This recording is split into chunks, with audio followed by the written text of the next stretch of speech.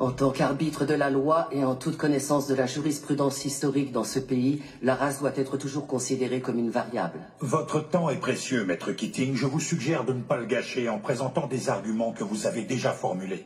Ce ne sont pas mes mots, juge Strickland. Ce sont les vôtres. Vous les avez écrits en 1985, dans le verdict de l'affaire Bryant contre la ville de Topeka, concernant la clause de protection égale face à un système d'attribution de logements sociaux.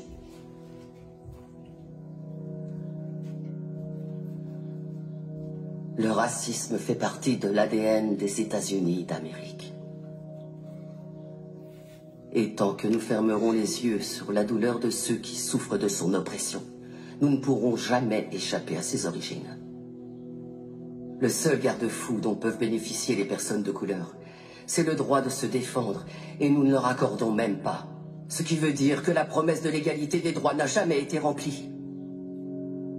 En raison de l'échec de notre système judiciaire et de notre défense publique en particulier, l'époque de la ségrégation n'est toujours pas derrière nous. L'époque où les lois ont rendu illégal que les Noirs et les Blancs soient enterrés dans le même cimetière, où on catégorisait les gens en carterons ou en octavons, où on punissait un Noir parce qu'il avait demandé des soins médicaux dans un hôpital pour Blancs. Certains prétendent que l'esclavage est révolu.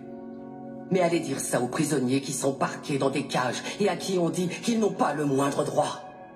Des personnes comme mon client Nathaniel Leahy et des millions d'autres personnes comme lui qui sont enfermées dans nos prisons et reléguées à une existence indigne d'un être humain. Il n'y a aucune alternative à la justice dans cette affaire. Il n'y a pas d'autre option. Prendre une décision à l'encontre de mon plaignant, c'est choisir de remplir les poches des propriétaires de prison, plutôt qu'offrir une défense digne de ce nom à tous ceux qui y sont enfermés. Est-ce que c'est l'Amérique dans laquelle veut vraiment vivre cette cour? Un pays où l'argent a plus d'importance que l'humanité, où la criminalité est confondue avec les troubles mentaux.